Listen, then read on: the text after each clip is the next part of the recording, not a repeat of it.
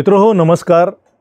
शिवाजी विद्यापीठाच्या शिववार्ता या वाहिनीवरती मी डॉक्टर आलोक जत्राटकर आपणा सर्वांचं मनापासून स्वागत करतो.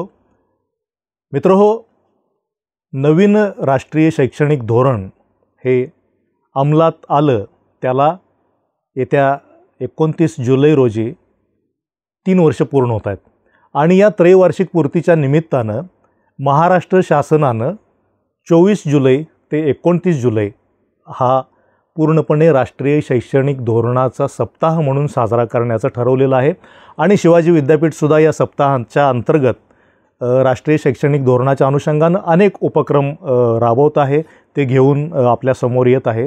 या सप्ताहाच्या अंतर्गतच आज शिववार्ताच्या माध्यमातून आपण एक विशेष परिसंवाद आपल्यासाठी घेऊन उपस्थित झालेलो आहोत. आणि मित्रांनो, या परिसंवादामध्ये आपण राष्ट्रीय शैक्षणिक धोरण जे की आजचं वास्तव आहे या संदर्भात अनेक संभ्रम, अनेक चर्चा, अशा अनेकविध गोष्टी या चर्चेला गेलेल्या आहेत. पण आपण सर्वांनी एक गोष्ट लक्षात घ्यायला पाहिजे की आज राष्ट्रीय शैक्षणिक धोरण हे आपल्या वास्तवाचा एक महत्त्वाचा भाग आहे आणि त्या अनुषंगानं मग जेव्हा नवीन गोष्ट अस्तित्वात येते त्यावेळी खडखडाट हा होतच असतो. जुनं जेव्हा बदललं जातं आणि नवीन येत असतं, मात्र ते फ्रिक्शन जे कमी होण्यासाठी ही नवीन येणारी गोष्ट नेमकी काय आहे, तिची मूलभूत तत्त्व काय आहे, तिच्या मागची धारणा काय आहे आणि तिचे नव्या काळाच्या अनुषंगानं फायदे, बेनिफिट्स नवीन विद्यार्थ्यांना, नव्या पिढीला कशा पद्धतीनं आहेत हे समजून घेणं ही आजच्या काळाची महत्त्वाची गरज आहे, अशी आमची भावना आहे. आणि याच निमित्तानं या विशेष परिसंवादाचं राष्ट्रीय शैक्षणिक धोरणाच्या संदर्भात चर्चा करण्यासाठी आपण आयोजन केलेलं आहे. या विशेष परिसंवादामध्ये आपले मान्यवरही त्याच तोलामोलाचे आहेत, शिक्षण क्षेत्रामध्ये अतिशय महत्त्वाची प्रभावी कामगिरी बजावणारे आहेत.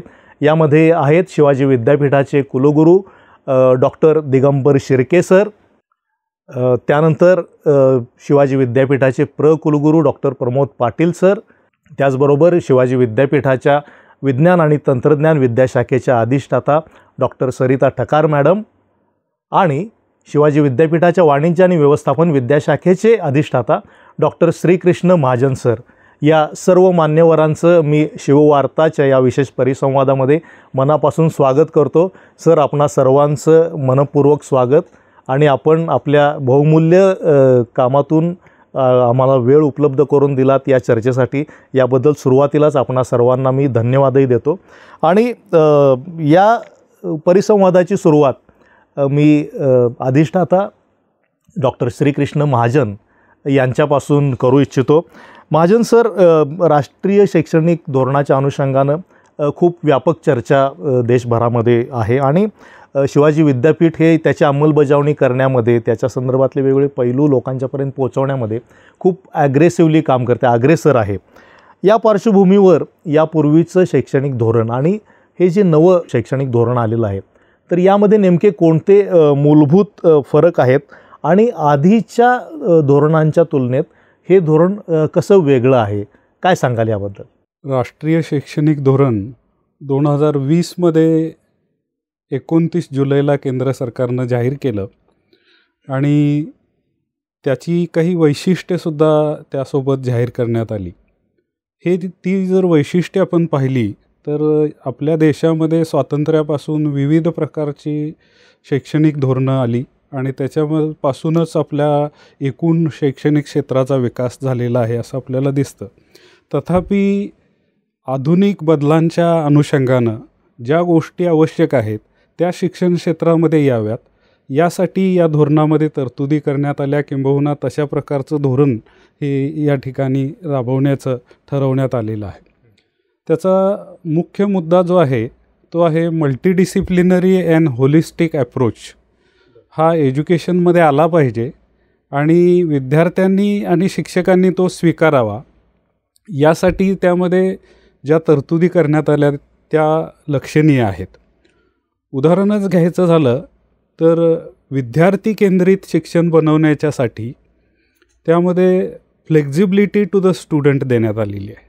म्हणजे काय, तर विद्यार्थ्याला आपल्या आवडीचे विषय घेण्याची मुभा त्या ठिकाणी देण्यात आली, ज्याला आपण चॉईस बेस्ड क्रेडिट सिस्टीम म्हणत होतो.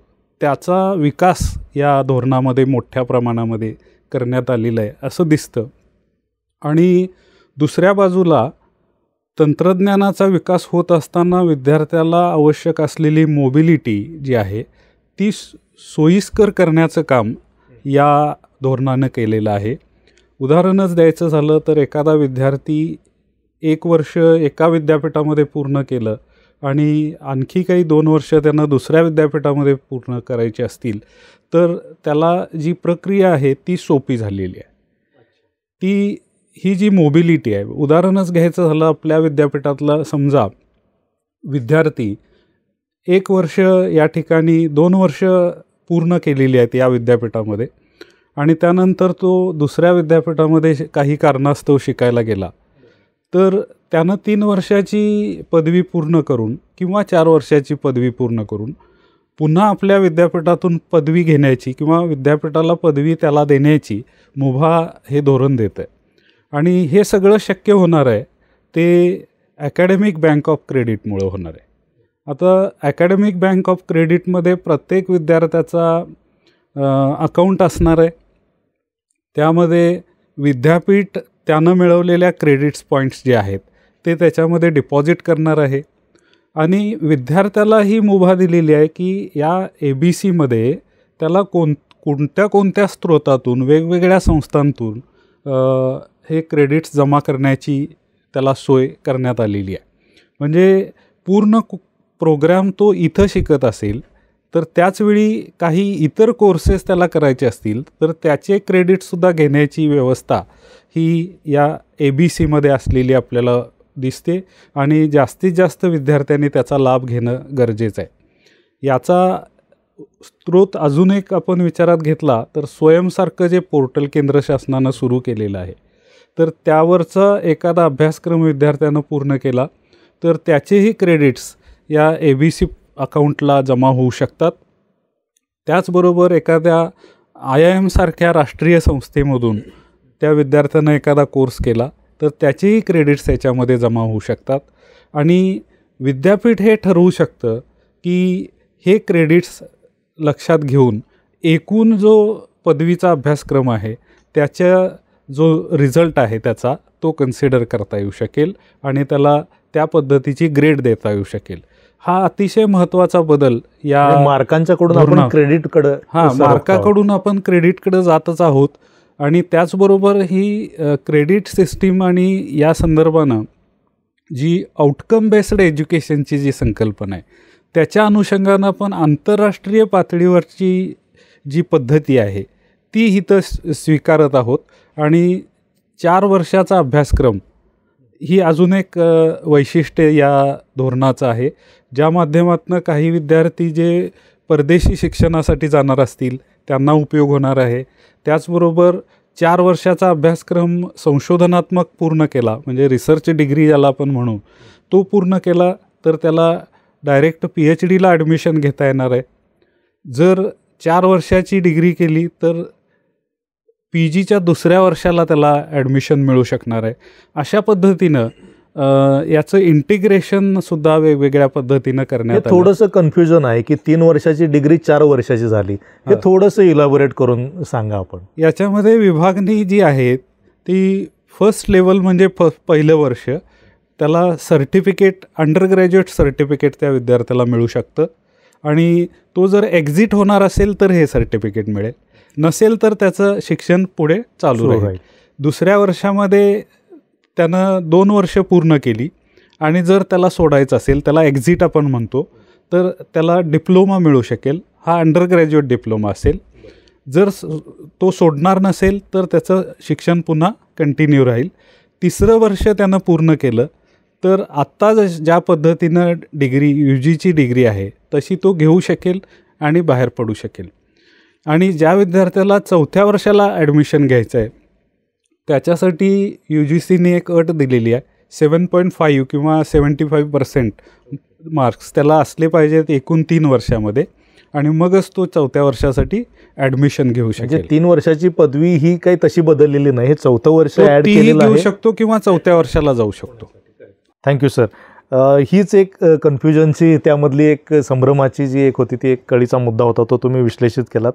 मी डॉक्टर ठकार मॅडमना विचारू इच्छितो की मॅडम हे नवं धोरण, नवतंत्रज्ञान, नवसंशोधन आणि नवोपक्रम यांच्याविषयी अनेक गोष्टी बोलतं. त्याचप्रमाणे मग या गोष्टी घेऊन जात असताना विज्ञान आणि तंत्रज्ञान विद्याशाखेच्या विद्यार्थ्यांच्या दृष्टीनं किंवा ओव्हरऑलच विद्यार्थ्यांच्या दृष्टीने याच्यामध्ये काय तुम्हाला महत्त्व जाणवतं किंवा वेगळेपण जाणवतं? हे नवीन शैक्षणिक धोरण जे आहे ते विद्यार्थी केंद्रित आहे. विद्यार्थ्याला ज्या विद्याशाखेचे जे कोर्सेस शिकायचे ते कोर्सेस शिकण्याची मुभा हे नवीन शैक्षणिक धोरण देतं. आत्ताच तुम्ही म्हणालात की विज्ञान आणि तंत्रज्ञान ही विद्याशाखा, तर ह्या नवीन शैक्षणिक धोरणामध्ये अशा विद्याशाखा उरणार नाही. याचं कारण असं आहे की विद्यार्थ्याला जो विषय शिकायचा आहे तो विषय तो शिकू शकतो. म्हणजे हा विद्यार्थी सायन्स फॅकल्टीचा आहे, हा कॉमर्स फॅकल्टीचा आहे, अशी विभागणी यापुढे विद्यार्थ्यांची होणार नाही. तर त्या विद्यार्थ्यांनी मेजर कोर्स कुठला घेतला आहे आणि त्यांनी मायनर कोर्स कुठला घेतला आहे या प्रमाणाने विद्यार्थ्यांची स्पेशलायझेशन त्यांची, म्हणजे जे अगदी वॉटरटाईट कंपार्टमेंट होते त्यातून ते बाहेर पडतायत. हां, बरोबर आहे. तसंच ह्या नवीन शैक्षणिक धोरणाचं जर मुख्य फरक जर पूर्वीच्या याच्यामध्ये बघायचा असेल तर मागच्या CBCS मध्ये skill enhancement course, ability enhancement course, generic elective, open elective हे सगळे कोर्सेस होतेच. पण हे सगळे कोर्सेस हे पदव्युत्तर विभागांसाठी होते. ते आता याच्या पुढे पदवी अभ्यासक्रमामध्ये हे सगळ्या कोर्सेसचा अंतर्भाव केलेला असेल. जसं मेजर कोर्स सिलेक्ट करावा लागेल त्याच्याबरोबरच विद्यार्थ्याला वेगळ्या फॅकल्टीचा किंवा वेगळ्या डिसिप्लिनचा एक मायनर कोर्स विद्यार्थी घेऊन जाईल. याचा फायदा असा होईल की विद्यार्थ्याचं शिक्षण हे रोजगाराभिमुख होईल. त्यांनी ज्या ज्या ॲबिलिटीज स्वतःमध्ये मिळवलेल्या आहेत किंवा जी जी स्किल्स त्यांनी घेतलेली आहेत त्या प्रत्येक गोष्टीचं डिस्क्रिटायझेशन करण्यात येईल किंवा क्रेडिटायझेशन करण्यात येईल. म्हणजे असं असायचं पूर्वी की एखाद्या विद्यार्थ्याकडे एखादं स्किल असायचं पण त्याचं मोजमाप त्याच्या पदवीत नसायचं. बरोबर. तर तशा पद्धतीचं शिक्षण किंवा ज्या गोष्टी विद्यार्थ्याला येतात त्या त्याला त्याच्या क्रेडिटच्या फॉर्ममध्ये कन्व्हर्ट करता येते. तर हे मुख्य एक भाग नवीन शैक्षणिक धोरणाचा आहे. त्याच्याप्रमाणेच विद्यार्थ्याच्या आवडीप्रमाणे विषय सिलेक्ट करण्याची, चूज करण्याची मुभा हे नवीन शैक्षणिक धोरण देतं. रोजगाराभिमुख विचार करत असताना एखादा विद्यार्थी जर समजा कम्प्युटर सायन्सचा विद्यार्थी आहे तर कम्प्युटर सायन्समध्ये ऑटोमॅटा थिअरी वापरून तो वेगळ्या वेगळ्या प्रकारच्या स्वरांच्या कॉम्बिनेशन्स करेल. पण जर त्याला म्युझिक माहिती असेल किंवा संगीत हा विषय जर तो शिकलेला असेल तर कुठल्या कॉम्बिनेशननी त्या स्वरांचं कुठलं कॉम्बिनेशन घेतल्यामुळे रागांची निर्मिती होते ही गोष्ट त्याला कळेल. अधिक प्रभावी पद्धतीने तो करू शकतो. त्याच्यामुळे त्याचं ज्ञान, संगीताचा ज्ञानाचा उपयोग त्याला त्याच्या कम्प्युटरच्या अभ्यासक्रमामध्ये सुद्धा करता येईल. किंवा मेकॅनिकल इंजिनिअरिंगचा विद्यार्थी असेल एखादा, तो समजा बायोलॉजी शिकला तर मग बायोलॉजिकल इन्स्ट्रुमेंट्स बनवताना त्याच्या त्या शिक्षणाचा उपयोग त्याला करता येईल. म्हणून इंटरडिसिप्लिनरी अप्रोच ह्या शिक्षणाचा जो आहे तो खूप महत्त्वाचा असा भाग आहे.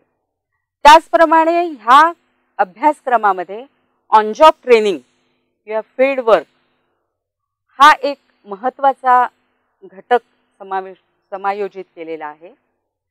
उद्देश असा आहे की ऑन जॉब ट्रेनिंगला जेव्हा विद्यार्थी जाईल त्यावेळेला त्या विद्यार्थ्याला त्याच्या विषयामध्ये काय काय संधी उपलब्ध आहेत याची चाचपणी करता येईल.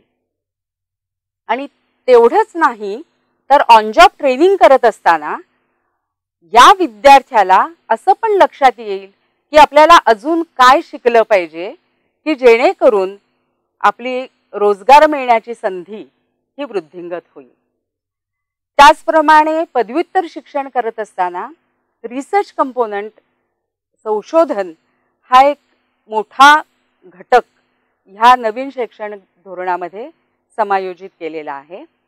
आणि मेजर आणि मायनर असे 2 विषय घेण्याची मुभा किंवा घेण्याची प्रोव्हिजन या नवीन शैक्षणिक धोरणात असल्या कारणामुळे ज्या प्रकाराचं संशोधन अपेक्षित आहे त्या प्रकारचं संशोधन करण्याची संधी या विद्यार्थ्यांना उपलब्ध होईल. म्हणजे पूर्वी जसं स्पेशलायझेशनला महत्त्व असायचं तसं न राहता किंवा एका विषयात संशोधन करायचं असं न राहता सर्वसाधारणपणे उपयोजित संशोधन करण्यावरती भर हे नवीन शैक्षणिक धोरण देतं. जास्तीत जास्त समाजाभिमुखता त्याच्यामध्ये येऊ शकेल आणि त्यातले सगळे बॅरियर्सही कमी कमी होत आहेत. म्हणजे फॅकल्टी ही ती असं न राहता एक मेजर कोर्स त्याला सिलेक्ट करावा लागेल आणि नंतर एक मायनर कोर्स त्याला सपोर्टिव्ह असा सजेस्ट करावा लागेल. जसं की आता गणिताच्या विद्यार्थ्याला अर्थशास्त्र शिकण्याची मुभा आत्ताच्या आधीच्या शैक्षणिक धोरणात नव्हती. दुसरं म्हणजे 2 पदव्या विद्यार्थी एकाच वेळेला घेऊ शकेल. म्हणजे ह्या नवीन शैक्षणिक धोरणामध्ये जसे स्लो लर्नरना शिकण्याची मुभा आहे तसंच ॲडव्हान्स लर्नरना सुद्धा शिकण्याची चांगली प्रोव्हिजन ह्या नवीन शैक्षणिक धोरणामध्ये केलेली दिसते. ती लवचिकता त्यांनी आणलेली आहे याच्यामध्ये. प्रकुलगुरू महोदय, मला याच अनुषंगाने आपल्याला विचारायचं की हे नवीन जे धोरण आलेलं आहे हे अनेक मूलभूत संरचनात्मक बदल घेऊन सामोरं येते. तर त्याच्याशी मग हे संरचनात्मक हे जे बदल आहेत ते नेमके काय आहेत आणि आता अंमलबजावणी करताना त्याच्याशी जुळवून कशा पद्धतीनं घ्यायचं किंवा ते ॲक्वायर करताना कशा पद्धतीने करायचं. इन्स्टिट्यूशन लेवलवर काही ट्रान्सफॉर्मेशन्स स्टेटसमधलं ट्रान्सफॉर्मेशन करण्याचं राष्ट्रीय शैक्षणिक धोरण 2020मध्ये सुचवण्यात आलेलं आहे. आणि हे सगळे बदल आहेत ते 2035 ते 2040च्या दरम्यान आपल्याला करत जायचे आहेत. तर त्याच्यामध्ये अशी शिफारस करण्यात आलेली आहे की सद्यस्थितीमध्ये शिवाजी विद्यापीठामध्ये जर पाहिलं आपण तर 286 महाविद्यालय आहेत आणि ती सर्वजण संलग्नित महाविद्यालय आहेत. म्हणजे आपला जो बेस चालू होतो तो संलग्नित महाविद्यालय. त्यानंतर याच्यामध्ये एक पुढची पायरी आहे ती इन्स्टिट्यूशनल रिफॉर्मच्या अनुषंगानं आहे. ती म्हणजे काही ठराविक महाविद्यालय ॲटॉनॉमस स्टेटस घेऊ शकतात. ॲटॉनॉमस इन्स्टिट्यूट जरी असली तरी still it is affiliated to university अशा पद्धतीचं ते स्टेटस असते. परंतु ॲटॉनॉमस स्टेटस त्यांना मिळते. ॲटॉनॉमस म्हणजे काय तर स्वायत्तता म्हणजे स्वातंत्र्य. थोड्याफार प्रमाणामध्ये जर आपण म्हटलं तर त्या महाविद्यालयाला स्वातंत्र्य मिळते. कशाचं स्वातंत्र्य आहे तर त्यांना लोकेशन स्पेसिफिक काही अभ्यासक्रम नवीन सुरू करता येतात. त्यासाठी विद्यापीठानं सुचवण्याची गरज नाही. इतर समाजामध्ये बदल जे घडत असतात किंवा त्या महाविद्यालयाच्या जवळपास जे काही उद्योगधंदे असतील, टेक्स्टाईल इंडस्ट्री असेल, जॅगरी इंडस्ट्री असेल किंवा लेदर इंडस्ट्री असेल, तर त्या उद्योगधंद्याशी पूरक काही अभ्यासक्रम ते सुरू करतात आणि ते सुरू करण्याचं स्वातंत्र्य त्यांच्याकडे आहे. महाविद्यालयीन पातळीवरच त्यांचे स्वतःचे बोर्ड ऑफ स्टडीज असतात, त्यांची अकॅडमिक काउन्सिल असते आणि त्यांनाच हे अधिकार निर्णय घेण्याचे अधिकार सर्व असतात.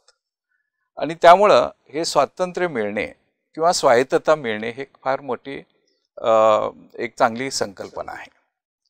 परंतु याच्यामध्ये थोडंसं असं लिमिटेशन आहे की जरी स्वायत्त झाले तरी ते विद्यापीठाशी संलग्नित असतात आणि विद्यापीठाला डिग्री ग्रँटिंगचा अधिकार हा फक्त विद्यापीठाला आहे, कॉलेजला नाही, अजून दिलेला नाही आहे. त्यामुळं राष्ट्रीय शैक्षणिक धोरण 2020मध्ये अजून एक पुढची स्टेप सुचवण्यात आलेली आहे की ज्या महाविद्यालयांना अधिक चांगल्या पद्धतीनं इफेक्टिव्ह इम्प्लिमेंटेशन करायचं आहे तर त्यांना एम्पॉवर्ड ॲटॉनॉमस स्टेटस देण्यात आलेला आहे. एम्पॉवर्ड ॲटॉनॉमस स्टेटस घेत असताना जे काही पात्र ॲटॉनॉमस कॉलेजेस आहेत तेच त्यासाठी प्रपोजल सादर करू शकतात आणि त्या प्रपोजलची सर्व स्क्रुटिनी केल्यानंतर, छाननी केल्यानंतर ते पात्र होतात आणि त्यांना ते एम्पॉवर्ड ॲटॉनॉमीचं स्टेटस मिळतं. आता एम्पॉवर्ड ॲटॉनॉमीचं स्टेटस घेत असताना नेमकं त्याचे फायदे काय आहेत तर त्यांना स्वातंत्र्य मिळालेलंच आहे कारण ते ॲटॉनॉमस आहेत. पण एम्पॉवर्डचा अर्थ असा आहे की ते शिवाजी विद्यापीठ किंवा इतर विद्यापीठाच्या अनुषंगानं जॉईंट डिग्री प्रदान करू शकतात. ॲटॉनॉमस कॉलेजेसना डिग्री प्रदान करण्याचं स्टेटस नव्हतं, परंतु एम्पॉवर्ड ॲटॉनॉमस कॉलेजेसना जॉईंट डिग्री अवॉर्ड करण्याचं तिथं स्टेटस मिळालेलं आहे. तरी ते संलग्नित आहेत, ॲफिलेटेड टू द युनिव्हर्सिटी अशा पद्धतीचे ते आहेत. त्यानंतर एम्पॉवर्ड ॲटॉनॉमी नंतर पुढं काय हे सुद्धा राष्ट्रीय शैक्षणिक धोरणामध्ये दिलेलं आहे. तर काही इन्स्टिट्यूट्सना वाटलं आपली कॉम्पिटन्सी चांगली आहे, आपल्या परिक्षेत्रामध्ये आपल्याच मॅनेजमेंटच्या अंडर असणारे 1-2-3 कॉलेजेस आहेत जे अकॅडमिक क्वालिटी त्यांनी प्रूव्ह केलेली आहे, नॅकमध्ये A ग्रेड सर्वांनी प्राप्त केलेला आहे आणि ते ॲटॉनॉमस पण आहेत. असे जर महाविद्यालयांचं क्लस्टर असेल तर ते एकत्रित येऊन एक विद्यापीठाचा दर्जा त्यांना मिळू शकतो.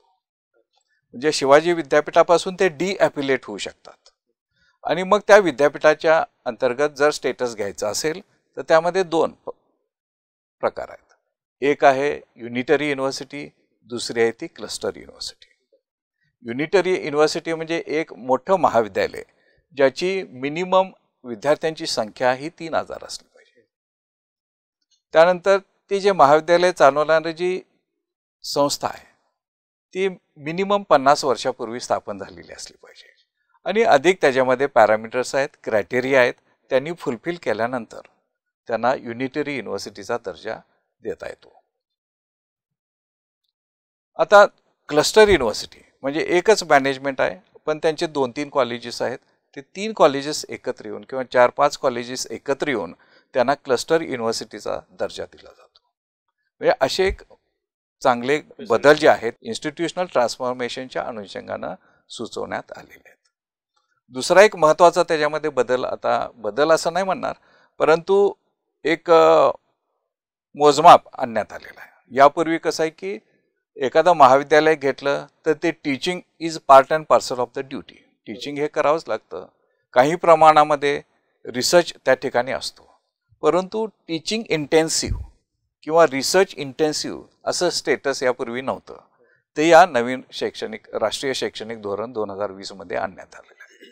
मध्ये एखादा महाविद्यालय किंवा एखादी युनिव्हर्सिटी जी होणार आहे नवीन क्लस्टर युनिव्हर्सिटी किंवा युनिटरी युनिव्हर्सिटी, ती टीचिंग इंटेन्सिव्ह युनिव्हर्सिटी आहे की रिसर्च इंटेन्सिव्ह युनिव्हर्सिटी आहे हे त्यांनी ठरवायचं आहे. तर आता टीचिंग इंटेन्सिव्ह युनिव्हर्सिटी होत असताना त्याच्यामध्ये सुद्धा T1, T2 आणि T3च्या लेवल्स आहेत, टियर्स आहेत. त्या लेवल्स करत असताना त्याचे सुद्धा काही क्रायटेरियाज आहेत, त्या क्रायटेरिया सगळे फुलफिल करणं गरजेचं आहे. जसं फॅकल्टीचा प्रोफाईल फार महत्त्वाचा आहे. त्याच्यामध्ये जवळजवळ 75% ऑफ द फॅकल्टी त्यांना PhD डिग्री होल्डर्स लागतात. अशा पद्धतीचे भरपूर असे पॅरामीटर्स आहेत. ते पॅरामीटर्स फुलफिल केल्यानंतर त्यांचा स्कोअर काढण्यात येतो, क्वांटिफिकेशन करण्यात येतं आणि मग त्याचं वर्गीकरण T1, T2 किंवा T3 मध्ये करण्यात येईल. अच्छा, म्हणजे सहजासहजी नाही आहे. एक कमिटी येऊन त्या असेस करेल, त्याचे पॅरामीटर्स आपण दिलेले आहेत आणि त्या पॅरामीटर्समध्ये सगळा त्यांचा स्कोअर काढला जाईल आणि ॲव्हरेज स्कोर्स जर 4च्या वर असेल तर T1 आणि अशा पद्धती T2 आणि T3. T3ला जवळजवळ 10पैकी 10 किंवा 10पैकी 9 मार्क मिळाले तर त्या T3च्या दर्जामध्ये ते जातं. तसंच महाविद्यालयाने यापूर्वी रिसर्च इंटेन्सिव्ह स्टेटस दिलेलं नव्हतं, तर आता ती एक संधी या ठिकाणी उपलब्ध करून दिलेली आहे.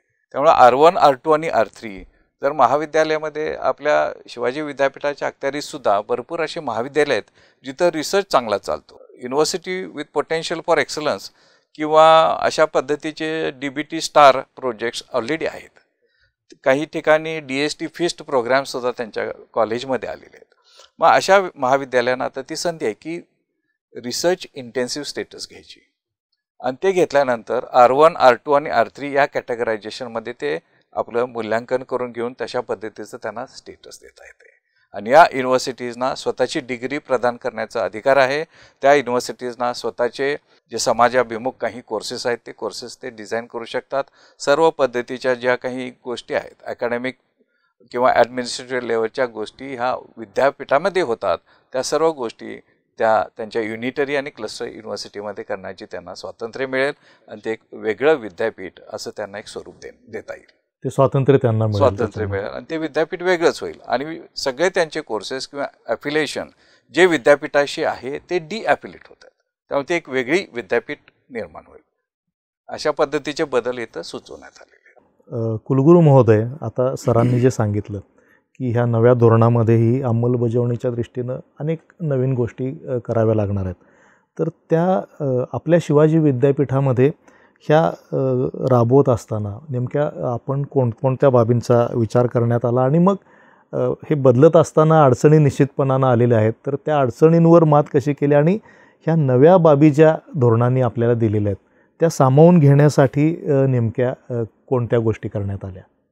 राष्ट्रीय शैक्षणिक धोरण 2020 याला आता 3 वर्षे पुरी होत आहेत आणि हा आठवडा आपण साजरा करतो आहे. त्याच्या अंमलबजावणीसाठी आपण ऑलरेडी सुरुवात केलेली आहे आणि पुढे घेऊन जात आहे.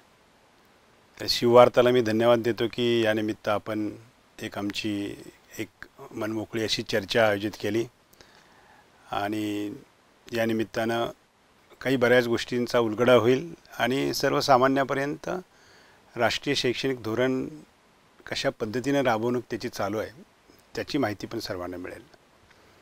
या 3 वर्षामध्ये युनिव्हर्सिटी ग्रँट्स कमिशननं मिनिस्ट्री ऑफ एज्युकेशनच्या अधिपत्याखाली असलेल्या या अपेक्स बॉडीनं खूप सारे अशा गाईडलाईन्स आपल्याला दिलेल्या आहेत.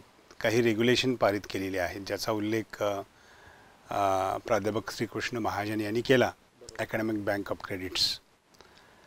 तर अशा बऱ्याच गोष्टी आपल्या आता हातात असल्यामुळं त्याची अंमलबजावणी करणं आपल्याला सोयीचं झालेलं आहे. महाराष्ट्र शासनाच्या उच्च आणि तंत्रशिक्षण विभागानं सुद्धा त्या गाईडलाईन्सना अनुसरून विविध समित्यांचं गठन केलं होतं आणि त्या समित्यांच्या गठन केल्यानंतर त्यांचे जे काही अहवाल तयार झाले ते सुद्धा महाराष्ट्रातल्या विद्यापीठांना त्यांनी पाठवून दिले आणि त्या अनुषंगानं याची अंमलबजावणी करायची अपेक्षा व्यक्त केली. अगदी अलीकडं म्हणजे शैक्षणिक वर्ष 2023-24मध्ये शासनाच्या निर्देशानुसार शिवाजी विद्यापीठातल्या आणि महाराष्ट्रातल्या एकूण सर्वच विद्यापीठातल्या स्वायत्त महाविद्यालयामध्ये त्याची अंमलबजावणी पूर्णपणे आता सुरू झालेली आहे. आणि स्वायत्त महाविद्यालय ही व्यावसायिक आहेत किंवा अव्यावसायिकसुद्धा आहेत. त्यामुळं खऱ्या अर्थानं महाराष्ट्रभर BA, BCom, BSc, BE, BTech, MSc, MA, MCom या सगळ्याच अभ्यासक्रमांना राष्ट्रीय शैक्षणिक धोरण हे लागू झालेलं आहे. फक्त आता त्याची परिसीमा जी आहे ती स्वायत्त महाविद्यालय आहे. त्याचबरोबर विद्यापीठातील जे अधिविभाग आहेत, महाराष्ट्रातील सर्व विद्यापीठातील अधिविभाग यामध्ये सुद्धा त्याची अंमलबजावणी आता सुरू झालेली आहे. 2024-25 पासून जी राहिलेली महाविद्यालये आहेत जी स्वायत्त नाही आहेत यामध्ये याची अंमलबजावणी आता सुरू होईल, प्रामुख्यानं पदवी स्तरावरच्या डिग्री करता पुढच्या वर्षीपासून. आता याची अंमलबजावणी करायचं आपण म्हटलं तर बऱ्याच गोष्टी आहेत. आता जे मी बोललो की युनिव्हर्सिटी ग्रँट्स कमिशननं आपल्याला खूप साऱ्या अशा गाईडलाईन्स दिलेल्या आहेत. तर नॅशनल क्रेडिट फ्रेमवर्क आपल्याकडं तर तयार आहे. म्हणजे काय की प्रत्येक जो अभ्यासक्रम आहे, पदवी स्तरावरचा अभ्यासक्रम आहे, तो साधारणतः 3 वर्षाच्या अभ्यासक्रमासाठी 6 सेमिस्टर्स आणि 4 वर्षाच्या अभ्यासक्रमासाठी 8 सेमिस्टर्स. तर प्रत्येक सेमिस्टरला किती क्रेडिट्स असावीत, साधारणतः 20 ते 22 क्रेडिट असावीत. इथून मग त्या सेमिस्टरमध्ये किती कोर्सेस असावेत, ते कोणकोणत्या प्रकारचे कोर्सेस असावेत याच्या सगळ्या गाईडलाईन्स दिलेल्या आहेत. मग अशी प्रोफेसर ठकार मॅडम यांनी सांगितल्याप्रमाणे 1 वर्ष झाल्यानंतर एक्झिट घेतली, दुसऱ्या वर्षाला गेल्यानंतर परत एक्झिट घेतली आणि मग प्रमाणपत्र असेल किंवा डिप्लोमा असेल आणि परत पदवी असेल, अशा ज्या गोष्टी आपल्याला प्राप्त होतील तर त्यामध्ये कोणते निकष असावेत, तर ते निकषसुद्धा एक मार्गदर्शक सूचना म्हणून आपल्यापर्यंत पोहोचलेले आहेत. तर या सगळ्या मार्गदर्शक सूचना, हे फ्रेमवर्क, याचे निकष, याचे रेग्युलेशन्स ही विद्यापीठाच्या अधिकार मंडळासमोर ठेवण्यात आली होती आणि त्या अधिकार मंडळानं हे शैक्षणिक धोरण लागू करण्यासाठी मान्यता दिलेली आहे. त्यामुळं मिनिस्ट्री ऑफ एज्युकेशननं पारित केलेलं शैक्षणिक धोरण आता विद्यार्थ्यापर्यंत पोचायला आता कुठल्याही प्रकारची अडचण नाही आहे. आणि अर्थातच 24-25मध्ये आपण पदवी स्तरावर लागू करतो आहे, जी स्वायत्त महाविद्यालय नाहीत त्यांना. आणि यावर्षीच 23-24ला सर्व विद्यापीठातले अधिविभाग आणि स्वायत्त महाविद्यालय यांना आपण लागू करतो आहे आणि त्यासाठी सगळी मान्यता ती प्रक्रिया पूर्ण झालेली आहे. त्यामुळे एक सगळ्यात जो मोठा भाग आहे की अशा धोरणाला त्या विद्यापीठानं त्यांच्या अधिकार मंडळानं मान्यता देणे हा विषय आता इथं संपलेला आहे. त्यामुळे त्याची अंमलबजावणीचा आता विषय चालू झाला. पुढचा टप्पा चालू झाला. आता ही मान्यता देत असताना दुसरा एक महत्त्वाचा येतो की मग अभ्यासक्रमाची रचना. जसं आता ठकार मॅडमनी सांगितल्याप्रमाणे गणित विषयातल्या विद्यार्थ्यांना अर्थशास्त्र विषय हा घेता येतो. मग आता जर आपल्याला MSc गणित हा अभ्यासक्रम तयार करायचा असेल तर त्यामध्ये गणिताचे कोर्सेस किती आणि गणिताव्यतिरिक्त कोर्सेस किती, त्याची विभागणी मेजर आणि मायनर ज्या म्हणाल्या त्याची विभागणी कशी असावी, त्याचे क्रेडिटचं प्रपोर्शन काय असावं, त्याच्यानंतर इथे स्किल ओरिएंटेड एखादा आपला कोर्स द्यायचा असेल तर तो कोणत्या पद्धतीचा असावा, त्याचे क्रेडिट्स कसे असावे, इथून या सगळ्या गोष्टी ज्या आहेत याचा अंतर्भाव त्या अभ्यासक्रमामध्ये होतो. याला आपण करिक्युलम डिझाईन म्हणतो.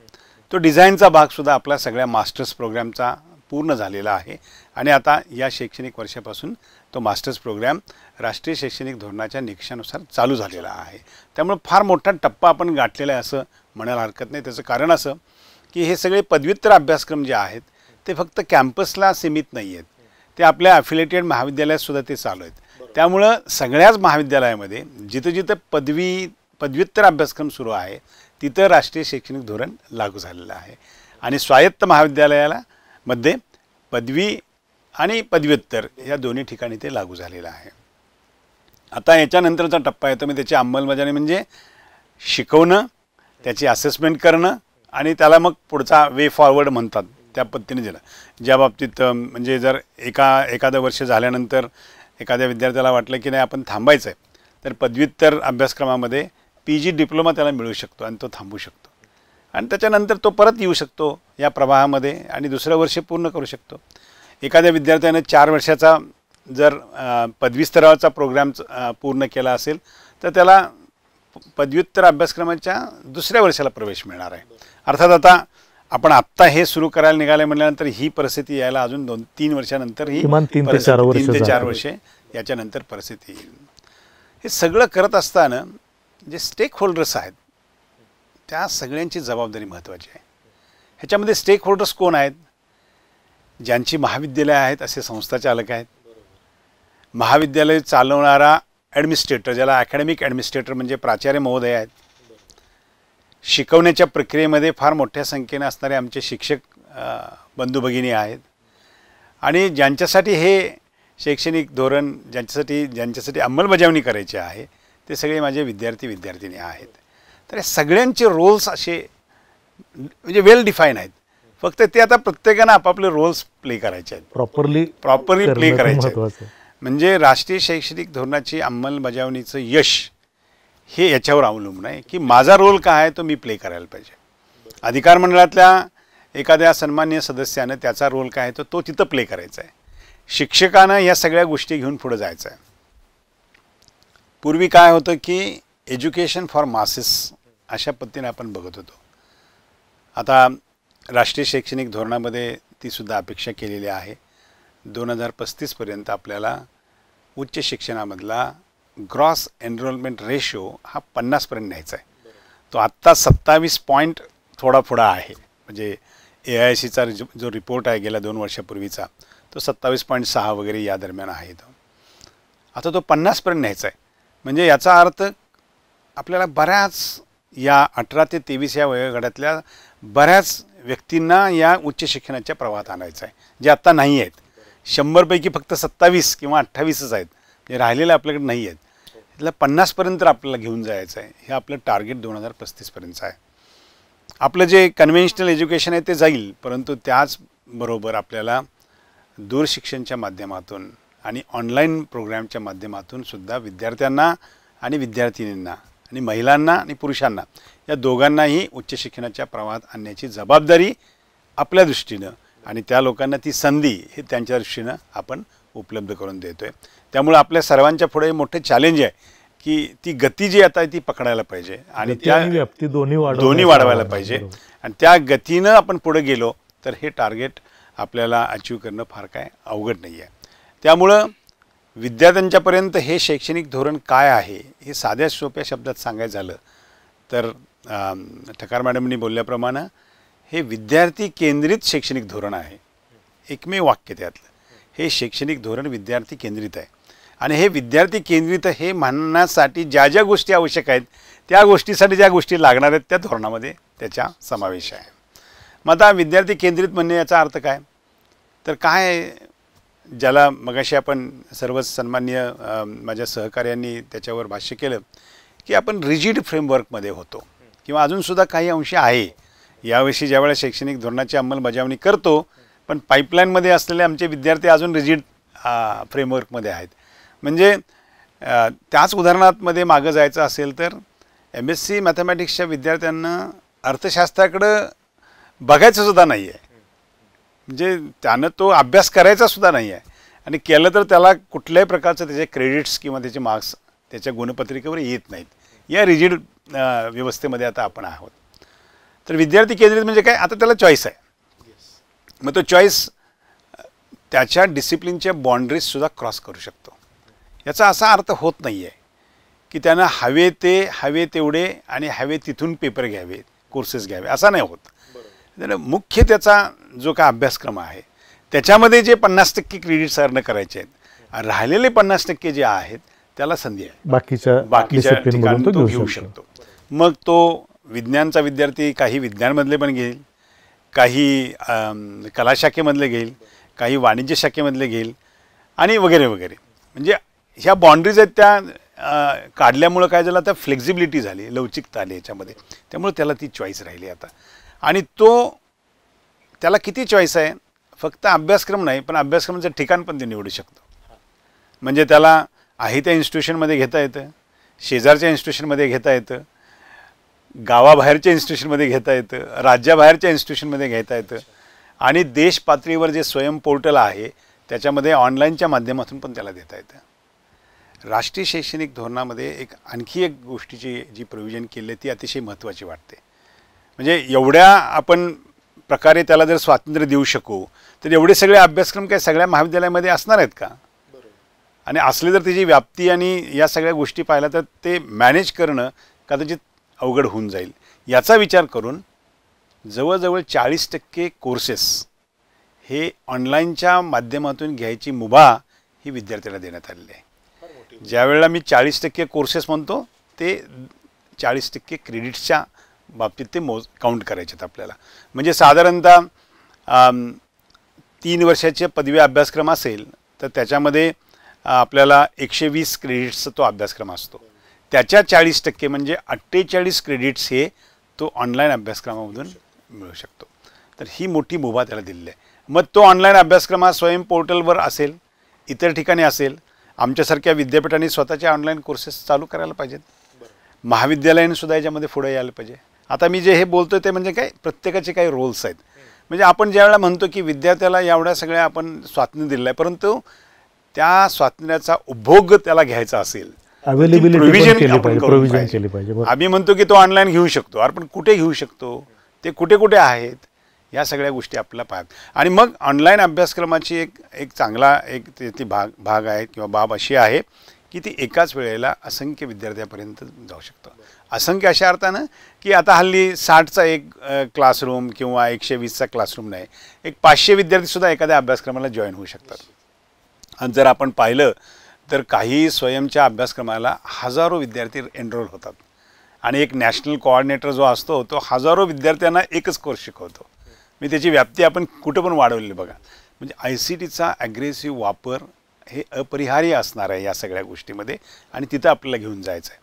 त्यामुळं विद्यार्थ्याला हे सगळं समजून घेणं ही त्याची जबाबदारी आहे, शिक्षकाने समजून सांगणं ही त्याची जबाबदारी आहे, तशा प्रोव्हिजन्स करणे ही अकॅडमिक ॲडमिनिस्ट्रेटिव्हची जबाबदारी आहे. आणि ह्या सगळ्या गोष्टी रेग्युलर किंवा लिगल फ्रेमवर्क बसवणं हे अधिकार मंडळाची जबाबदारी आहे.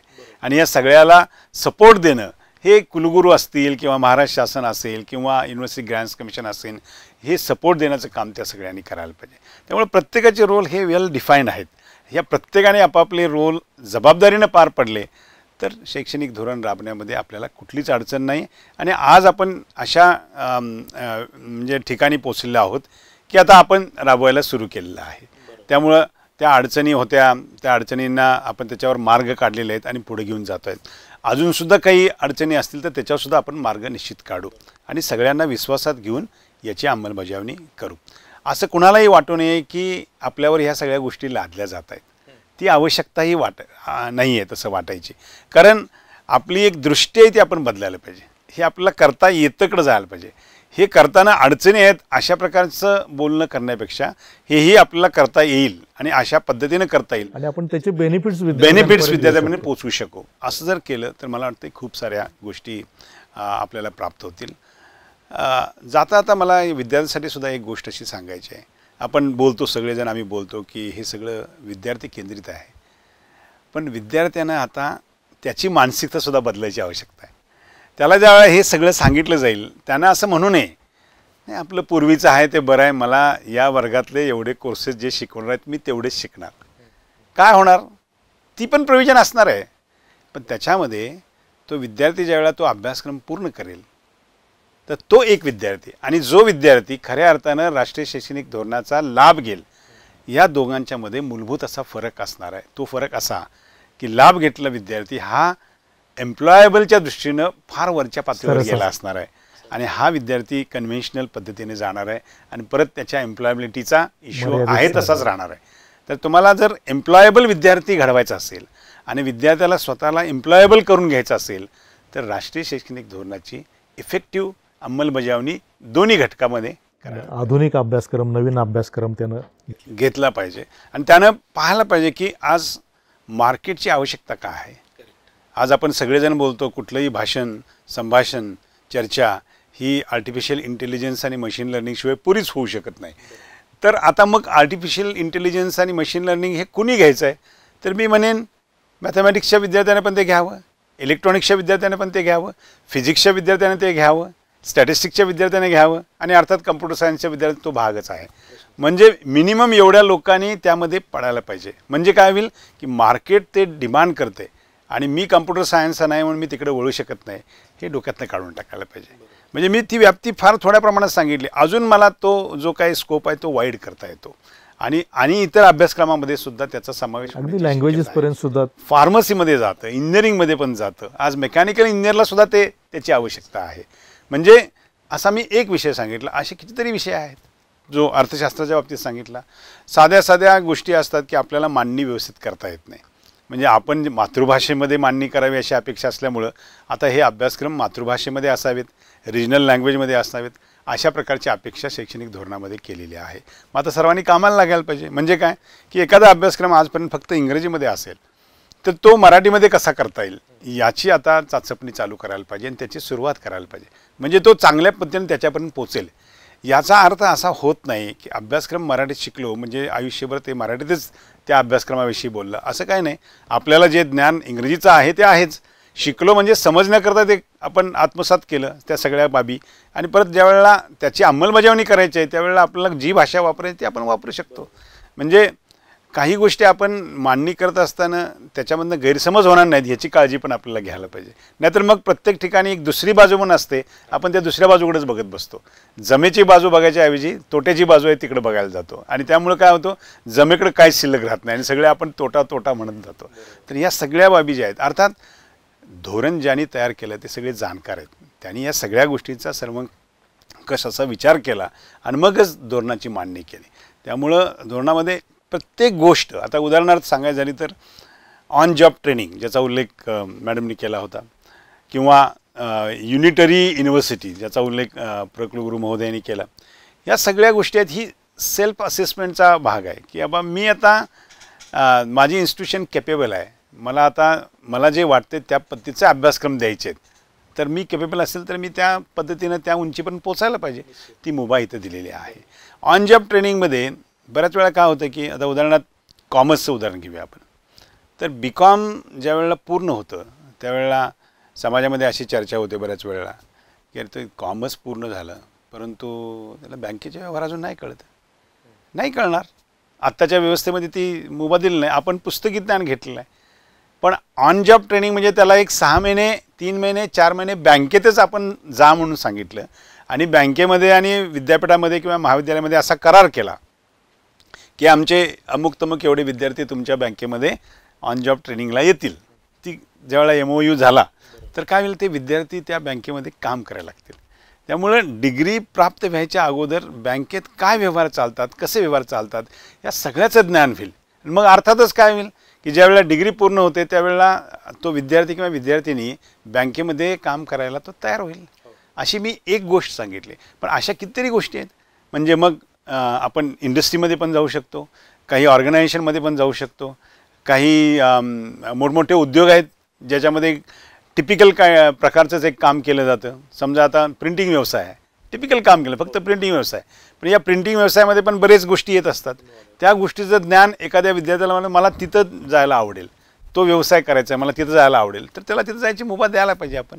म्हणजे ऑन जॉब ट्रेनिंग असेल किंवा फील्ड एक्सपेरिमेंट असतील किंवा फील्ड ट्रेनिंग असेल, फील्ड सर्वे असतील, या सगळ्या काही कम्युनिटी एंगेजमेंट म्हणून पण आहे त्याच्यामध्ये. म्हणजे मला आता समाजासाठी काम करायचं आहे, एखादा सोशल वर्कचा असेल, सोशलॉजीचा असेल किंवा इतर विषयाचा पण असेल.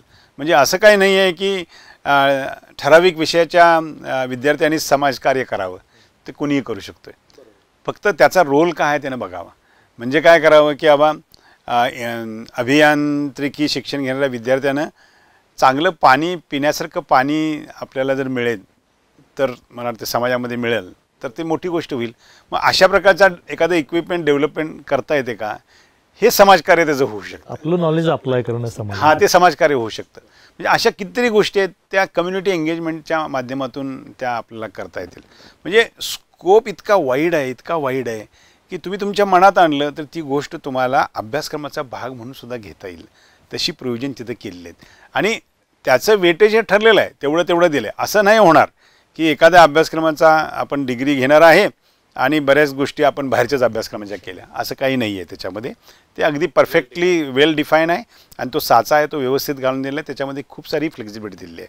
म्हणजे याला आपण ऐच्छिक विषय म्हणतो, त्या ऐच्छिक विषयाची पण चॉईस इतकी वाईड द्यावी अशी अपेक्षा आहे. त्याला ते म्हणतात की स्किल अभ्यासक्रमाचं बास्केट, म्हणजे त्यात बरेचसे अभ्यासक्रम असतील आणि मग विद्यार्थ्याला चॉईस असतील त्या बास्केटमधनं कोणता अभ्यासक्रम निवडायचा. आता हा जो भाग आहे तो शिक्षक आणि अधिकार मंडळ यांनी एकत्रित येऊन करायचा आहे.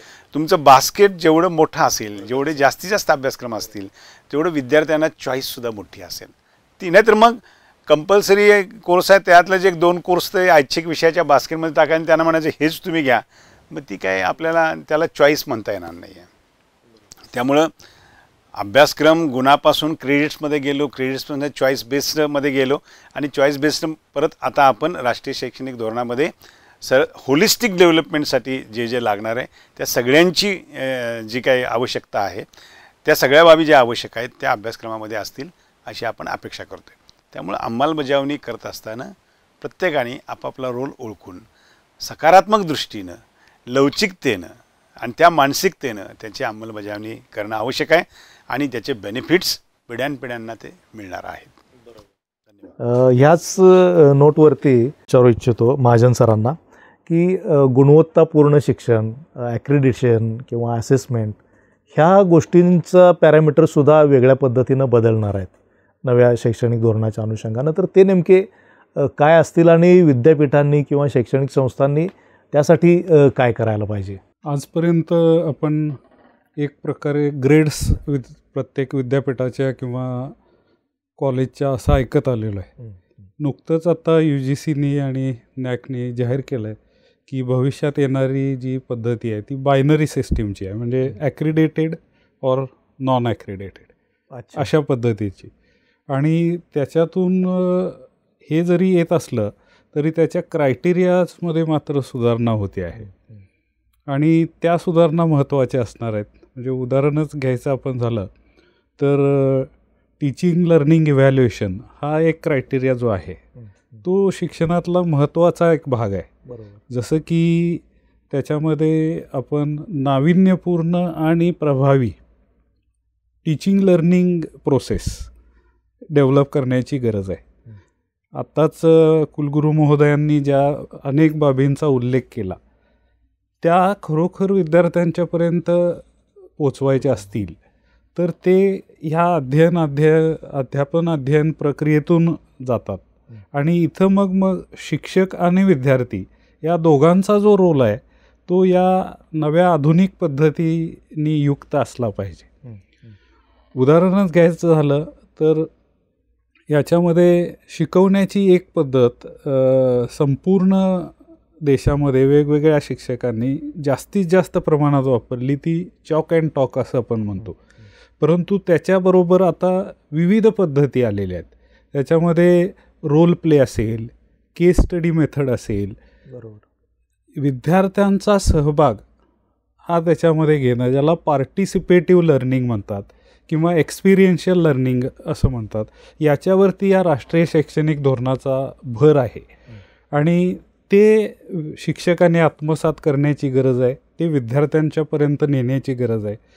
विद्यार्थ्यांची आवड निर्माण करण्याची त्याच्यामध्ये जी काही गरज आहे, कारण ज्ञानाच्या संदर्भानं आवश्यक असलेली माहिती विविध माध्यमांवर आज उपलब्ध आहे. त्यामुळं तो त्या शिक्षकावर का अवलंबून राहावा असा प्रश्न विद्यार्थ्यासमोर उपलब्ध होऊ नये, याच्यासाठी त्या शिक्षकाकडून आपल्याला काय मिळणार आहे, ही जी काही गोष्ट आहे ती नाविन्यपूर्ण असली पाहिजे.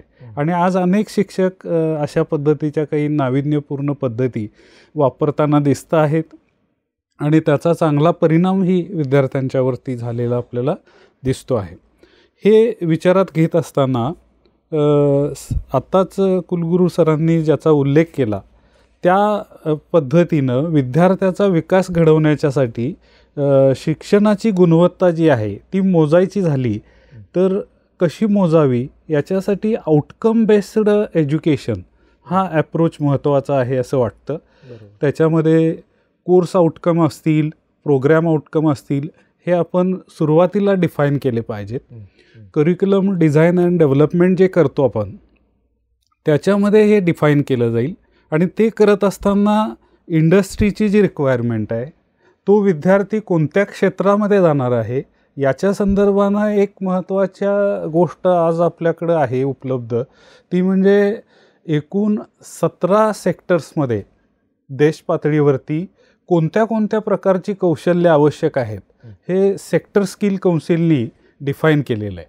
आणि त्या अनुषंगानं आपण जर विचार केला आणि तशा पद्धतीनं हे करिक्युलम डिझाईन अँड डेव्हलपमेंट केलं तर विद्यार्थ्याला आवश्यक असणारी जी की रोजगाराभिमुखता आहे आणि रोजगाराच्या संधी त्याला वाढवण्याची जी क्षमता आहे ती निर्माण करू शकतो आपण या अभ्यासक्रमांच्या माध्यमातून. आणि त्याच्यासाठी आता विविध कौशल्यांची गरज आहे. म्हणजे जसं आता सरांनी उल्लेख केला तसं विविध प्रकारच्या विद्याशाखांमध्ये उपलब्ध असलेले ज्ञान आणि कौशल्य आपल्याला मिळवायचं आहे. त्याचं उदाहरण असं मी सांगू शकतो की एखादा BComचा विद्यार्थी हा अकाउंटन्सी विषय घेतो आणि आपलं शिक्षण पूर्ण करतो, किंवा बँकिंगचा विषय घेतो, शिक्षण पूर्ण करतो, परंतु त्याला कॉमनली लागणाऱ्या ज्या गोष्टी आहेत, आजपर्यंत आपण असं म्हणत होतो की त्याला ऑफिस ॲटोमेशनसाठी MS ऑफिससारख्या गोष्टी आल्या पाहिजेत. पण बदललेल्या तंत्रज्ञानामध्ये आज त्याला फक्त तेवढं येऊन चालणार नाही, तर AI बेस्ड ऑफिस ॲटोमेशनची त्याला कल्पना असली पाहिजे, त्याला ते आलं पाहिजे. म्हणजे मग तो गतीनं ते काम करू शकेल. याचबरोबर आपण आर्टिफिशियल इंटेलिजन्सचा नेहमी चर्चा करतो, दुसऱ्या बाजूला इमोशनल इंटेलिजन्ससुद्धा अतिशय महत्त्वाची गोष्ट आहे की ज्यावेळी ऑर्गनायझेशनमध्ये तो विद्यार्थी दाखल होईल एखाद्या इंडस्ट्रीमध्ये किंवा इन्स्टिट्यूशनमध्ये, त्यावेळी त्याला इतर लोकांशी कशा पद्धतीनं आपल्याला वागायचं आहे, इंटरपर्सनल रिलेशन्स कशा ठेवायचे आहेत, ह्या सगळ्या गोष्टीसुद्धा महत्त्वाच्या आहेत. आणि त्यामुळंच काही वर्षापूर्वीच IIT सारख्या तंत्रज्ञान असलेल्या संस्थांमध्ये सोशल सायन्स शिकवलं जातं आणि तोच ॲप्रोच आता पुढे जाऊन मोठ्या प्रमाणावरती त्याची व्याप्ती देऊन विविध संस्थांमध्ये, विविध अभ्यासक्रमांमध्ये त्याचा समावेश होताना आपल्याला दिसतो. म्हणजे कॉमर्सचा विद्यार्थी आहे, इमोशनल इंटेलिजन्स ह्युमॅनिटीजमधून शिकेल. बरोबर. कॉमर्सचा विद्यार्थी आहे, आर्टिफिशियल इंटेलिजन्स सायन्समधून शिकेल. अशाच प्रकारचं सायन्सचा विद्यार्थी असेल किंवा ह्युमॅनिटीजमधला विद्यार्थी असेल तर इतर विद्याशाखांमधल्या कोणत्या गोष्टी माझ्या विषयाच्या अनुषंगानं आवश्यक आहेत ह्या त्यांना आत्मसात करणं, याच्यासाठीच्या संधी उपलब्ध करून देणं ही गुणवत्ता वाढवणारी गोष्ट असणार आहे. आणि त्याच्या अनुषंगानं मग सरांनी जे उल्लेख केले ते सर्व जे स्टेक होल्डर्स आहेत, घटक आहेत, त्यांनी त्या त्या पद्धतीच्या सुविधा, उदाहरणार्थ संस्थाचालकांचा रोल जर विचारात घेतला तर यासाठी या बदलणाऱ्या सगळ्या धोरणाच्या अनुषंगानं जे शिक्षण आणि अध्ययन प्रक्रिया बदलणार आहे त्याच्यासाठी लागणारी प्रभावी इन्फ्रास्ट्रक्चर हे आपल्याला द्यावे लागणार आहे. तशा पद्धतीचं कपॅसिटी बिल्डिंग ऑफ टीचर्स आपल्याला करावं लागणार आहे.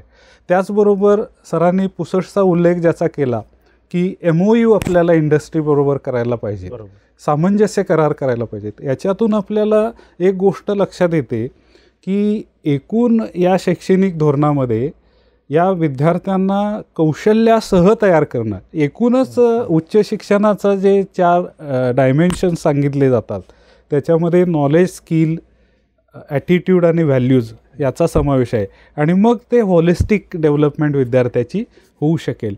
तर यासाठी उदाहरणार्थ इंटर्नशिप आपल्याला विद्यार्थ्याला करायची आहे, OGT ज्याचा उल्लेख सरांनी केला, तर त्यासाठी विद्यार्थ्याला तिथं संधी मिळणं आवश्यक आहे.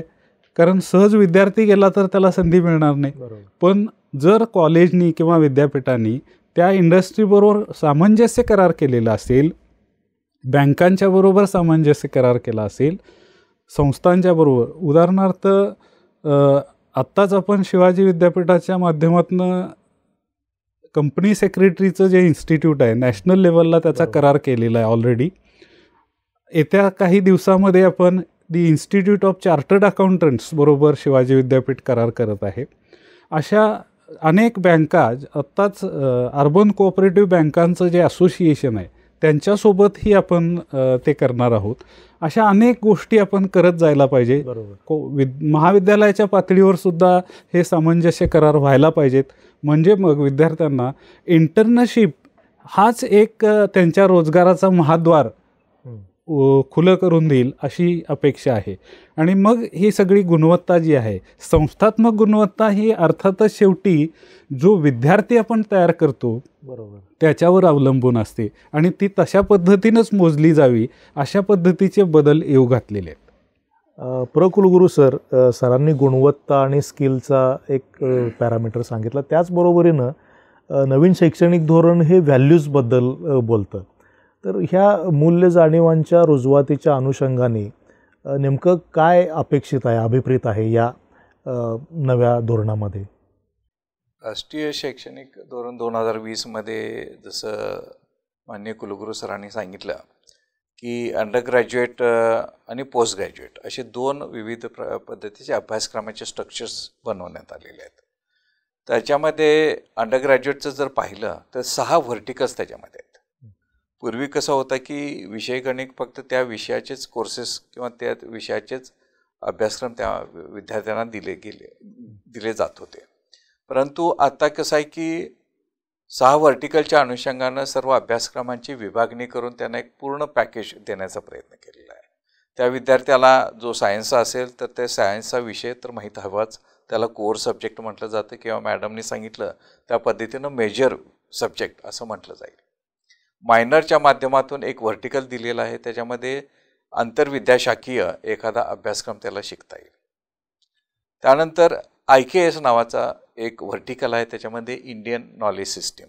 जसं प्राचीन भारतामध्ये जे काही नॉलेज उपलब्ध होतं ते नॉलेज त्या अनुषंगानं त्या विद्यार्थ्यांना देणं गरजेचं आहे. त्या नॉलेजच्या अनुषंगानं काही मूल्य असतील, त्याच्या अनुषंगानं जे काही शास्त्र असेल किंवा त्याच्या मागची जी विचारधारा असेल हे विद्यार्थ्यांना शिकवणं गरजेचं आहे. तर ते एक व्हर्टिकल नवीन ॲड केलेलं आहे, जे यापूर्वी कधीही करण्यात आलं नव्हतं. जसं यापूर्वी NEPच्या पूर्वी आपलं चॉईस बेस्ड क्रेडिट सिस्टीम होतं. चॉईस बेस्ड क्रेडिट सिस्टममध्ये सुद्धा याचा उल्लेख केला गेलेला नव्हता, परंतु हा इंडियन नॉलेज सिस्टीम हा एक नवीन व्हर्टिकल ॲड करण्यात आलेला आहे. तसंच व्होकेशनल स्किल एज्युकेशन किंवा स्किल एन्हान्समेंट कोर्सेससुद्धा त्याच्यामध्ये ॲड करण्यात आलेले आहेत. स्किल म्हणजेच की एखाद्या विद्यार्थ्याला उद्योगधंद्याशी पूरक काही कोर्सेस त्या ठिकाणी आपण उपलब्ध करून दिले पाहिजेत किंवा कौशल्यावर आधारित कोर्सेस त्या ठिकाणी उपलब्ध करून दिले पाहिजेत, जेणेकरून विद्यार्थ्याची होलिस्टिक ग्रोथ होईल. होलिस्टिक डेव्हलपमेंट होणं हे फार महत्त्वाचं आहे. विद्यार्थ्याला फक्त फिजिक्स, केमिस्ट्री किंवा बॉटनी माहीत असून उपयोग नाही आहे, पण त्याच्याशी संलग्नित, त्याच्याशी रिलेटेड काही कौशल्य त्याला आत्मसात करणे गरजेचं आहे, जेणेकरून त्याची कॉग्निटिव्ह स्किलसुद्धा इम्प्रूव्ह होतील, विचार करण्याची त्याची इंटेलेक्च्युअल कॅपॅसिटी पण वृद्धिंगत होईल, ती वाढीस लागेल, जेणेकरून त्याला एम्प्लॉयबिलिटीचे चांगल्या संधी उपलब्ध होतील किंवा तो स्वतःच्या पायावर उभारू शकेल, तो स्वतःची स्टार्टअप कंपनी सुरू करू शकेल. त्या पद्धतीनं शिवाजी विद्यापीठामध्ये काही आपण इकोसिस्टीम डेव्हलप केलेली आहे. जसं सेक्शन 8 कंपनीची स्थापना शिवाजी विद्यापीठामध्ये करण्यात आलेली आहे, जिथं विद्यार्थ्यांना इन्क्युबेशन, इनोव्हेशन आणि एंटरप्रेन्युअरशिप आणि स्टार्टअप कंपनी याचं सगळं ज्ञान ह्या विद्यार्थ्यांना दिलं जातं. तर ते सुद्धा एक फार महत्त्वाचं व्हर्टिकल या राष्ट्रीय शैक्षणिक धोरण 2020मध्ये आणण्यात आलेलं आहे. तसंच की कम्युनिटी एंगेजमेंट, जसं सरांनी सांगितलं तसं कम्युनिटी एंगेजमेंटच्या अनुषंगानं सुद्धा समजा काही विद्यार्थ्यांना समाजामध्ये जाऊन काही काम केलं, त्याचं असेसमेंट करून त्याचंसुद्धा क्रेडिट देण्याचं प्रयोजन ह्या नॅशनल एज्युकेशन पॉलिसीमध्ये करण्यात आलेलं आहे. आणि दुसरं म्हणजे को करिक्युलर ॲक्टिव्हिटीज ज्या आहेत.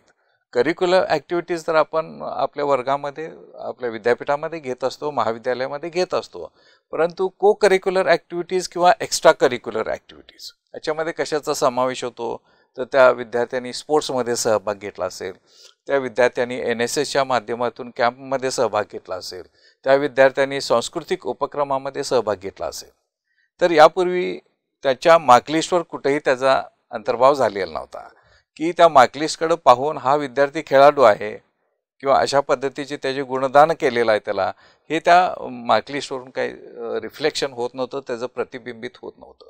परंतु आत्ता काय होणार आहे की 6 व्हर्टिकल 6 व्हर्टिकलच्या अनुषंगानं त्या विद्यार्थ्यानं को करिक्युलर ॲक्टिव्हिटीज केलेल्या आहेत आणि त्याचे क्रेडिटसुद्धा देण्यात येतील. मग ते क्रेडिट्स ह्या मार्कलिस्टमध्ये अंतर्भाव त्याचा होणार आहे. त्यामुळं तो NSSचं कॅम्प केला असेल किंवा काही सांस्कृतिक उपक्रमामध्ये भाग घेतला असेल किंवा खेळामध्ये भाग घेतला असेल, तर त्या अनुषंगानं त्याचं असेसमेंट होईल, त्याचं इव्हॅल्युएशन होईल, कशा पद्धतीनं त्याची परीक्षा घ्यायची याचं आमचं आता सुरू आहे. रेग्युलेशनच्या माध्यमातून आपण काही नियम त्याच्यामध्ये आणत आहोत, तर तो परीक्षा ती पास झाल्यानंतर ते क्रेडिट त्याला मिळणार आहेत. म्हणजे या विद्यार्थ्यांच्याकडून तीही अपेक्षा करण्यात आलेली आहे राष्ट्रीय शैक्षणिक धोरणाच्या अनुषंगानं. विद्यार्थ्यांच्या अंगामध्ये जे काही कलागुण आहेत त्या कलागुणांना वाव देऊन त्याचं क्रेडिटायझेशन करून, क्रेडिटमध्ये रूपांतरित करून हे आपण एक संपूर्ण पॅकेज हे अंडर ग्रॅज्युएटच्या विद्यार्थ्यांसाठी पारित केलेलं आहे.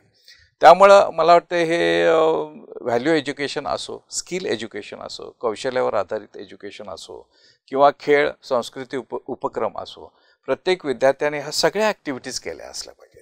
म्हणजे आपण फिजिक्स, केमिस्ट्री शिकत असतानासुद्धा ह्या गोष्टी करत गेल्या पाहिजेत, जेणेकरून त्या विद्यार्थ्याची पर्सनॅलिटी डेव्हलपमेंट होईल, त्या विद्यार्थ्याचे कॉग्निटिव्ह स्किल्स चांगले होतील आणि जी काही आता स्किल गॅप्स आहेत, जसं विद्यार्थी एखादी डिग्री किंवा पोस्ट ग्रॅज्युएशन पदवी पूर्ण केल्यानंतर रोजगार शोधताना जो काही गॅप लागतो तो गॅप भरून निघेल अशी आपली अपेक्षा आहे.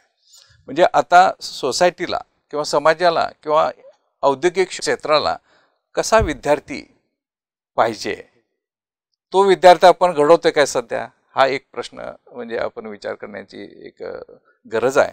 आणि ह्या अंडर ग्रॅज्युएटचे जे काही 6 व्हर्टिकल्स आहेत, तसेच पोस्ट ग्रॅज्युएशन स्ट्रक्चरमध्ये सुद्धा काही व्हर्टिकल्स आपण नवीन आणलेले आहेत.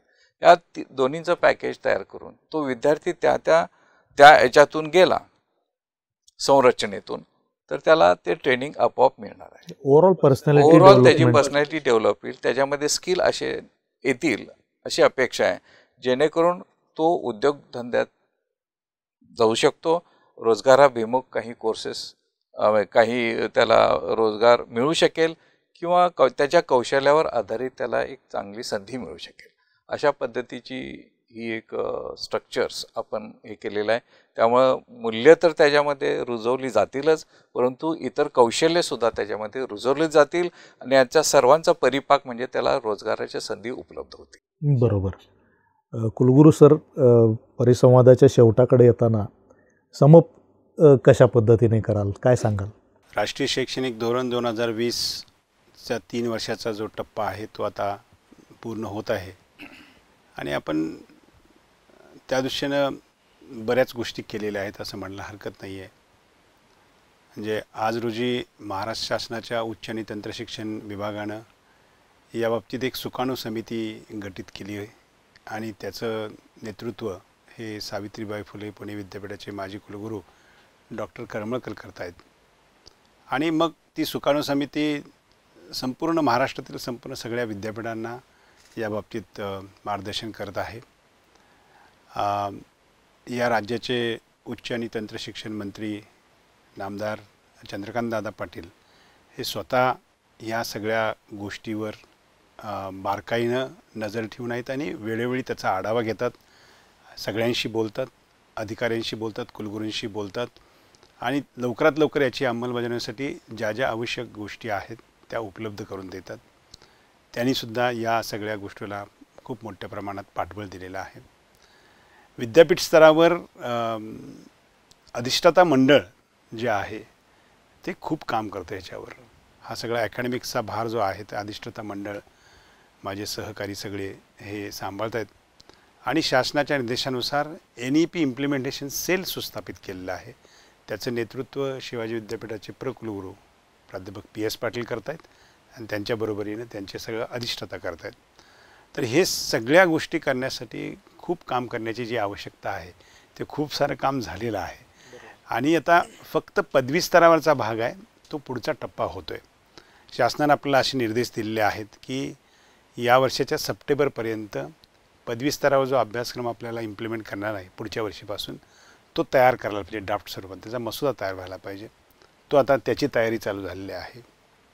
त्यामध्ये अभ्यास मंडळं आणि विविध विद्याशाखा यांचं काम आता सुरू आहे आणि आपल्याला फायनल जो काय त्याचा अभ्यासक्रम करायचा आहे तो डिसेंबरपर्यंत करायचा आहे. त्यामुळं पुढच्या साधारणतः 4-1 महिन्यामध्ये 5-1 महिन्यामध्ये 2024-25मध्ये जी अफिलिएटेड महाविद्यालये स्वायत्त नाहीत इथं पदवी स्तरावरचा अभ्यासक्रम राष्ट्रीय शैक्षणिक धोरणाच्या अनुषंगानं जी राबवणूक करायची आहे त्यासाठी आपण तयार करणार आहोत आणि याच 4-5 महिन्यात त्या सगळ्या गोष्टी पूर्ण होतील. मला एका गोष्टीचा विशेष आनंद आहे की शिवाजी विद्यापीठातले सगळे स्टेक होल्डर्स म्हणजे प्रशासकीय अधिकारी, प्रशासकीय सेवक, शिक्षक, माझे प्रशासनातील सर्व सहकारी, संस्थाचालक, प्राचार्य महोदय हे सगळे आणि विविध अधिकार मंडळाचे सन्माननीय सदस्य यांनी अतिशय सकारात्मक पद्धतीनं राष्ट्रीय शैक्षणिक धोरणाच्या अंमलबजावणीसाठी योगदान दिलेलं आहे आणि त्यामुळंच आपण खरं सांगायचं झालं तर आपण खूप पुढे आलेलो आहोत. म्हणजे त्यासाठी जे काही स्ट्रक्चर तयार करायला लागतं, त्यासाठी रेग्युलेशन तयार करायला लागतं, हे सगळे आपण त्यामधून पुढं आलेलो आहोत. बरोबर. आणि आपण आपली जी काही राष्ट्रीय शैक्षणिक धोरणाची अंमलबजावणीची एंट्री आहे ती अतिशय स्मूथ पद्धतीने चालू आहे. आता नजीकच्या काळामध्ये आपण परत त्याचा आढावा घेऊ. म्हणजे वेळोवेळी प्राचार्य महोदय असतील किंवा अधिविभाग प्रमुख असतील यांच्याबरोबर बैठका घेऊ आणि विद्यार्थ्यांशीसुद्धा संवाद वेळोवेळी साधू की ही अंमलबजावणी ज्या पद्धतीनं ती व्हायला पाहिजे ती होते की नाही याचं मॉनिटरिंगसुद्धा करणं आवश्यक आहे. म्हणजे अंमलबजावणी झाली आणि विषय संपला असं होत नाही.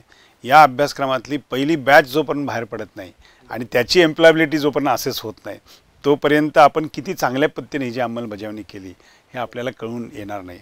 त्यामुळं एक आपल्याला आत्मविश्वास आहे की हे अतिशय चांगल्या पद्धतीने त्याचे परिणाम दिसणार आहेत. पण त्या दृष्टीनं ज्या सगळ्या गोष्टी करायच्या आहेत त्या आपण करतो आहोत. ज्याचा उल्लेख डॉक्टर श्रीकृष्ण महाजन यांनी केला की MOU. तर आपल्याकडं एक सेल आहे, IQAC सेल आहे, त्या माध्यमातून आपल्या आसपास असणाऱ्या एक सगळ्या इंडस्ट्रीज आहेत, सगळे ऑर्गनायझेशन आहेत, त्याचा डेटाबेस आपण क्रिएट केला आहे. आता त्या डेटाबेसमध्ये जे जे ऑर्गनायझेशन इंडस्ट्री आहेत आणि आपले जे अभ्यासक्रम आहेत त्यांचं मॅपिंग करायचं आपल्याला. म्हणजे मी मगाशी बोललो की बँक असेल तर ती कॉमर्सच्या विद्यार्थ्यांना ज्ञान देईल, त्याचं ऑन जॉब ट्रेनिंग देईल. मेकॅनिकल इंजिनियर असेल तर ते इंडस्ट्रीमध्ये जाईल. तर मॅथमॅटिक्सचा सारखा एखादा विद्यार्थी असेल त्याला कुठंतरी जायचं आहे तर त्याला मग बँकेमध्ये पण जाता येतं, त्याला इंडस्ट्रीमध्ये पण जाता येतं, त्याला ऑपरेशन रिसर्चसारख्या विषयाचा तिथं उपयोग करता येतो. म्हणजे हे मग कुठला विद्यार्थी कुठल्या इंडस्ट्रीमध्ये जाईल असं मॅपिंग करायचं आहे. ती प्रोसेस एकदा पूर्ण झाली की या सगळ्या इंडस्ट्रीला आपण एक रिक्वेस्ट करणार की आमचे विद्यार्थी तुम्ही इंटर्नशिपसाठी घ्या, ऑन जॉब ट्रेनिंगसाठी घ्या आणि मग याच्यातनं बाहेर जे राहतात, शिल्लक राहतात, ते मग फील्ड वर्कमध्ये येतील, कम्युनिटी एंगेजमेंटमध्ये येतील वगैरे वगैरे. त्यामुळं आपल्याला जे पुढच्या वर्षी आता करायचं आहे किंवा येताना समरमध्ये करायचं आहे, त्याची तयारी आपण आजपासून चालू केलेली आहे. म्हणजे या सगळ्या गोष्टी टाईमलाईन जर आपण व्यवस्थित सेट केली तर त्या व्यवस्थित होतील. जर मी समरमध्ये विद्यार्थी इंटर्नशिपला पाठणार आहे, त्याची तयारी मी एप्रिलमध्ये करायला तर त्याला सक्सेस मिळणार नाही, त्याला यश मिळणार नाही. ही पूर्वतयारी आता आपण चालू केलेली आहे. त्यामुळं सगळेच घटक कामाला लागलेले आहेत आणि मला खात्री आहे की सांगली, सातारा, कोल्हापूर या तिन्ही जिल्ह्यामध्ये याच्या यशस्वी अंमलबजावणीसाठी तिथले उद्योजक असतील, काही ऑर्गनायझेशन असतील, संस्था असतील आणि आमचे सगळे स्टेक होल्डर असतील, ते अतिशय चांगल्या पद्धतीने योगदान देतील आणि त्यांनी योगदान द्यायला ऑलरेडी सुरू केलेलं आहे, ज्याचा उल्लेख आता MOUच्या बाबतीत झाला. तर अशा MOU करून अशी जी संधी आहे ती विद्यार्थ्यांना आपण उपलब्ध करून दिली तर खऱ्या अर्थानं आपण विद्यार्थीचा सर्वंकष विकास या सगळ्या सिस्टममधनं, व्यवस्थेमधनं करू शकणार आहे आणि तो होणार आहे याची मला खात्री आहे.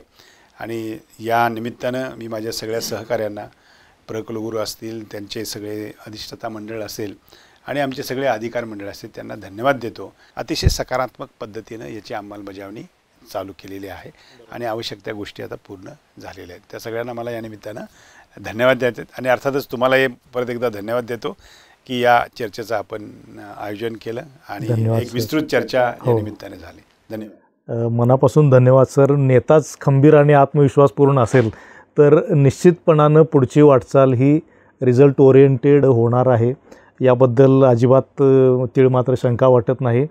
माननीय कुलगुरू सर आपण आणि प्रकुलगुरू सर आपण, अधिष्ठाता महोदय आपण सर्वांनी वेळ काढून शिववार्ताच्या माध्यमातून राष्ट्रीय शैक्षणिक धोरणाच्या संदर्भामध्ये इतकी तपशीलवार चर्चा केली, इतका वेळ दिला आणि खरोखर मला असं वाटतं की जेही दर्शक ही चर्चा ऐकतील त्यांच्या मनामध्येही जर काही संदेह असतील तर ते सुद्धा त्यांचंही निराकरण होण्यास निश्चितपणानं मदत होईल याची मला निश्चितपणानं खात्री वाटते. आपणा सर्वांना मनापासून धन्यवाद की आपण या ठिकाणी आलात. धन्यवाद.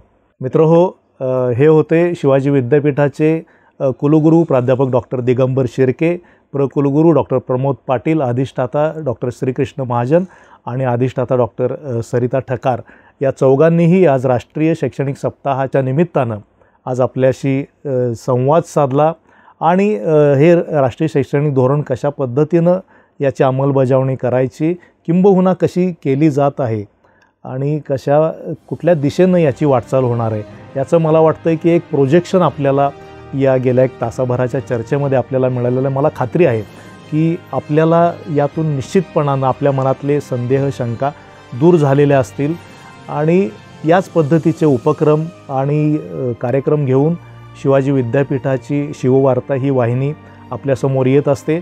आपल्याला ह्या वाहिनीवरील हा कार्यक्रम आवडला असेल तर निश्चितपणाने आम्हाला आपण लाईक करा, शेअर करा आणि सबस्क्राईबसुद्धा करा. धन्यवाद.